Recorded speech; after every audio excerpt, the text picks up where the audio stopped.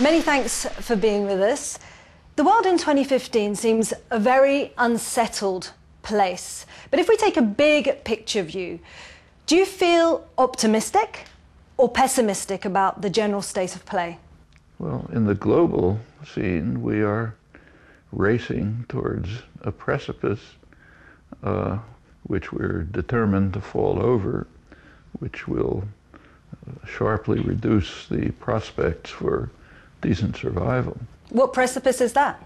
Well, there's actually two. One is environmental catastrophe, which is imminent, and we don't have a lot of time to deal with it, and we're going the wrong way. The other has been around for 70 years, the threat of nuclear war, which is in fact increasing. And if you look at the record, it's a miracle that we've survived. Well, let's look at the environmental issues. We've asked our social media audience to send us in questions, and we've had hordes of questions. And we received this question from Enea Agoli, who asks, when you look at the issue of the environment, and if you take a look at it from a philosopher's lens, what do you think about climate change?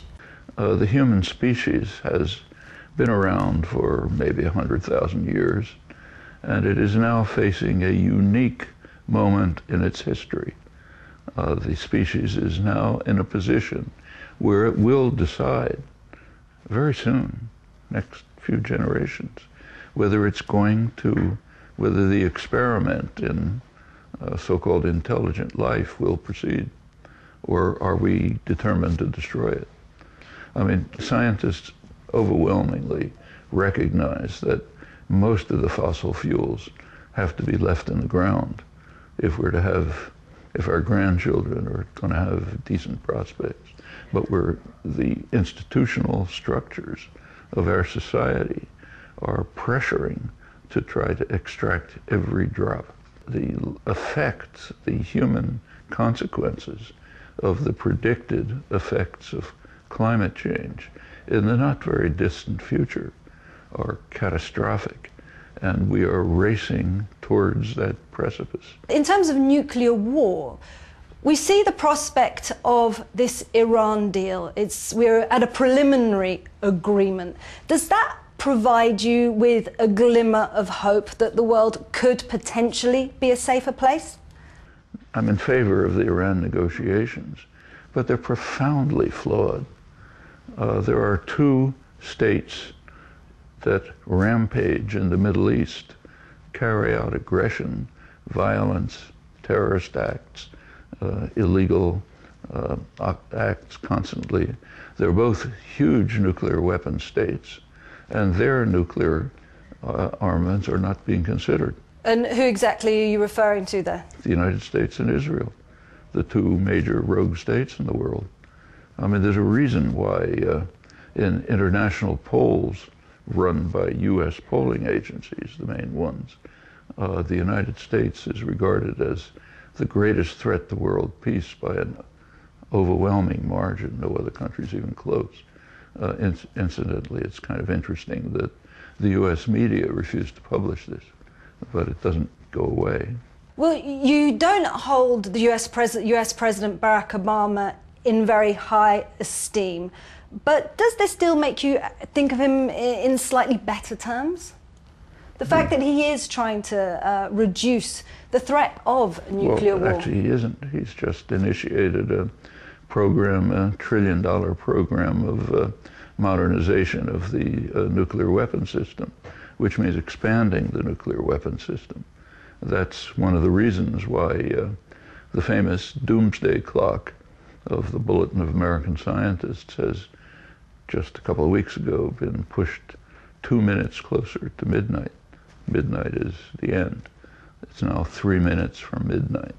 That's the closest it's been in 30 years, since the early Reagan years when there was a major war scare. Well, you mentioned, obviously, the US and Israel in terms of Iran. Now, the Israeli Prime Minister Netanyahu obviously doesn't want this nuclear deal to work at all, and he says... And it's interesting. We should ask why. Why? We know why.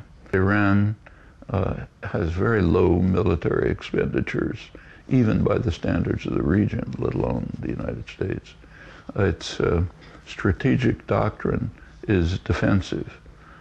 It's designed to hold off an attack long enough for diplomacy to set in. And the United States and Israel, the two rogue states, do not want to tolerate a deterrent.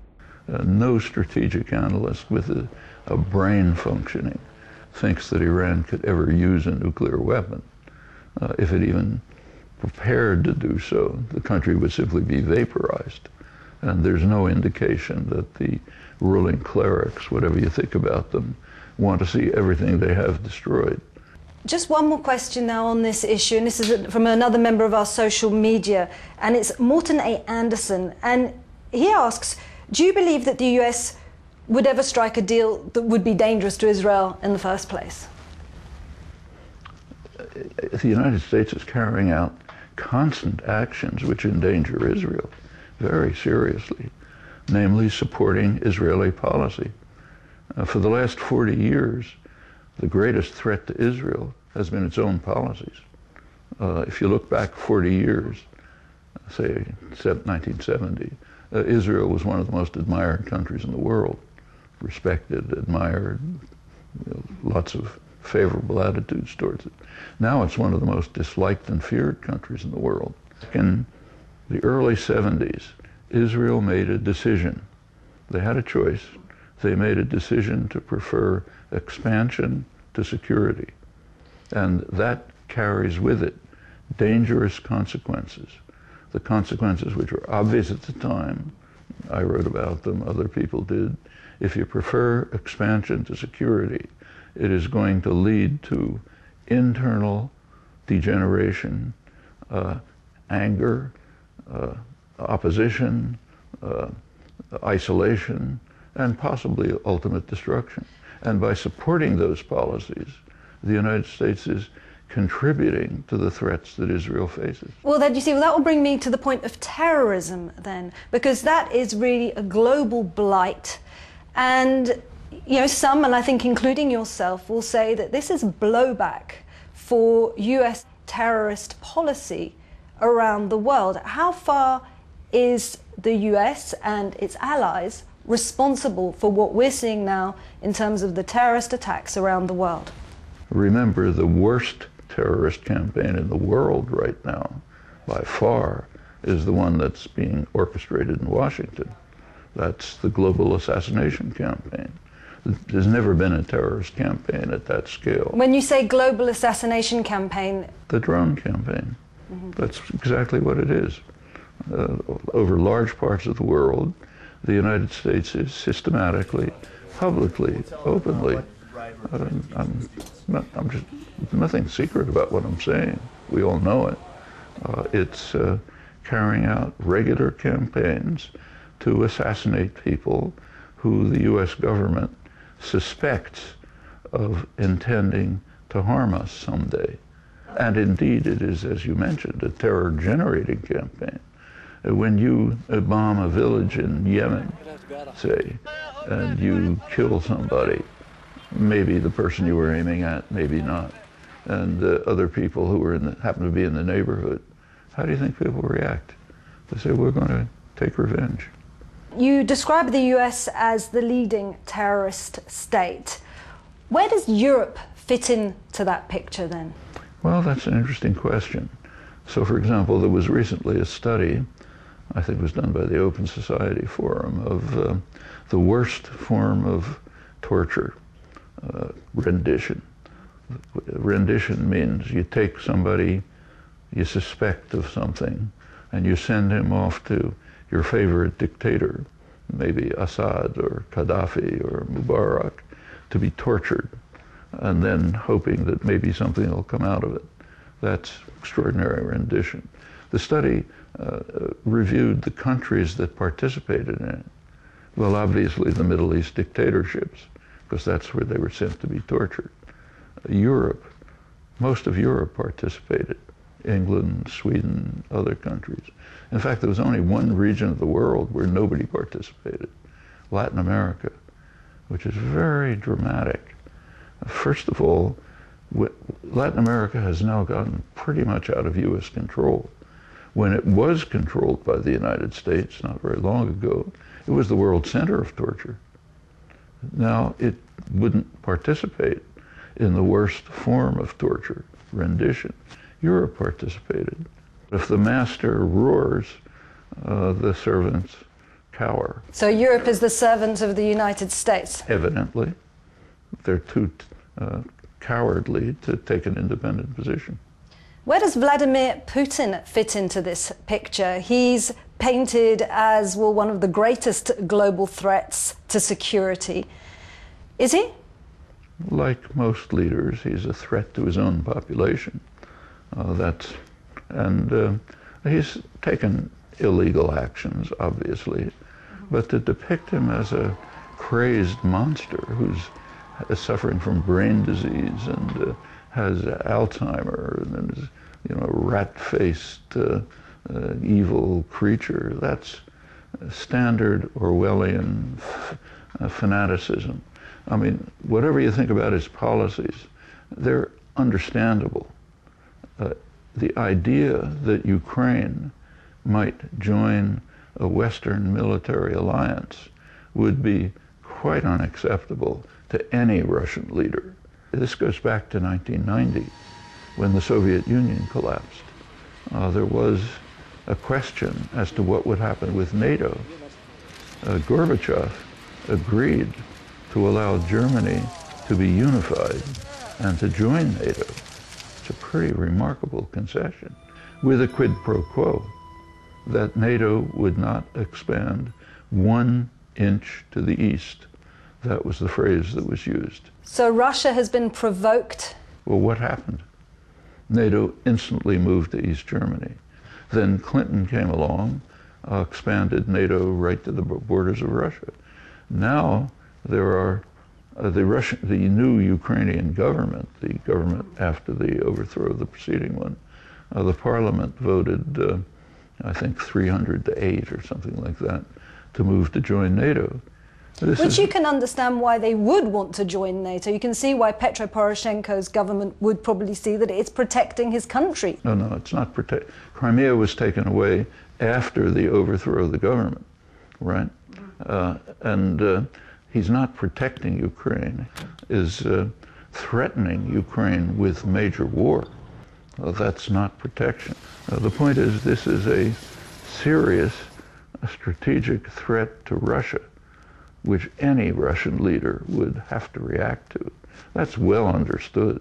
If we look at the situation in Europe, though, there's also another interesting phenomenon that's taking place, because we're seeing Greece moving towards the east, potentially, with the Syriza government. We're also seeing Podemos, which is gaining power in Spain. Hungary also. Do you see that there is a potential for Europe to start shifting and aligning itself more with Russian interests in Europe? Take a look at what's happening. Hungary is a different situation entirely. Syriza came into office on the basis of a popular wave which said that Greece should no longer subject itself to policies from Brussels and the German banks, which are destroying the country. I mean, the effect of these policies has been actually to increase Greece's debt relative to its wealth production. Probably half of younger people are unemployed. 40% of the population is under the poverty line. Greece is being destroyed. Should their debt be written off? Sure, just like Germany's was. In 1953, Europe wrote off most of Germany's debt, like that. So that Germany would be able to reconstruct from wartime damage. But then what about all the other European countries that have been... Same story. So Portugal should have its debt written off, Spain have its debt written off. Who is this debt? Who incurred this debt? And who is the debt owed to? The debt is mostly the response. In part, the debt was incurred by dictators. So in Greece, it's the fascist dictatorship, which the U.S. supported, that incurred a large part of the debt. The debt, I think, quadrupled under the dictatorship. That's what's called in international law odious debt, need not be paid. That's a principle introduced into international law by the United States when it was in their interest to do so. Much of the rest of the debt is the payments, what are called payments to Greece, are being paid mostly to banks, German and French banks, which had decided to make extremely risky loans at very high interest, and are now being faced with the fact that they can't be paid back. Well, I'd like to bring this question then from Jill Gribaldo, who says, how will Europe transform then versus the existential challenges it's facing? Because yes, there's the economic crisis, but there's also a rise in nationalism. And he also describes the cultural fault lines which are beginning to be created across Europe. How do you see Europe transforming itself? Well, Europe has serious problems. Part of the problems are the result of economic policies designed by the bureaucrats in Brussels, European Commission and so on, under the pressure mainly of the big banks, mostly German. Now, these policies make some sense from the point of view of the designers. For one thing, they want to be paid back for their risky and hazardous loans and investments. The other thing is that these policies are eroding the welfare state, which they've never liked. The welfare state is one of Europe's major contributions to modern society. The rich and powerful have never liked it, and in fact this is eroding it, so good from their point of view. There's another problem in Europe. It's extremely racist. I've always felt that Europe is probably more racist than the United States. It wasn't as visible in Europe because the European populations in the past tended to be pretty homogeneous. So if everybody is blonde and blue-eyed, you don't seem racist. But as soon as it begins to change, it comes out of the woodwork very fast. And that's a serious cultural problem in Europe. I'd like to end, because we're very short of time, with a question maybe trying to end on a more positive note. And this is from Robert Light, and he says, what gives you hope? What gives me hope is a couple of things we've talked about. Latin American independence, for example. That's of historic significance. And we're going to see it right now in the Summit of America's meeting in Panama. In the recent hemispheric meetings, the United States has been completely isolated. It's a radical change from 10 or 20 years ago when the U.S. just ran it. In fact, the reason why Obama made his gestures towards Cuba is to try to overcome U.S. isolation. It's the U.S. that's isolated, not Cuba. Probably it'll fail, we'll see. The signs of optimism in Europe are Syriza and Podemos. There is finally a popular uprising against the crushing, destructive economic and social policies that come from the bureaucracy and the banks. And that's very hopeful, should spread. Noam Chomsky, many thanks for being with me. Yeah.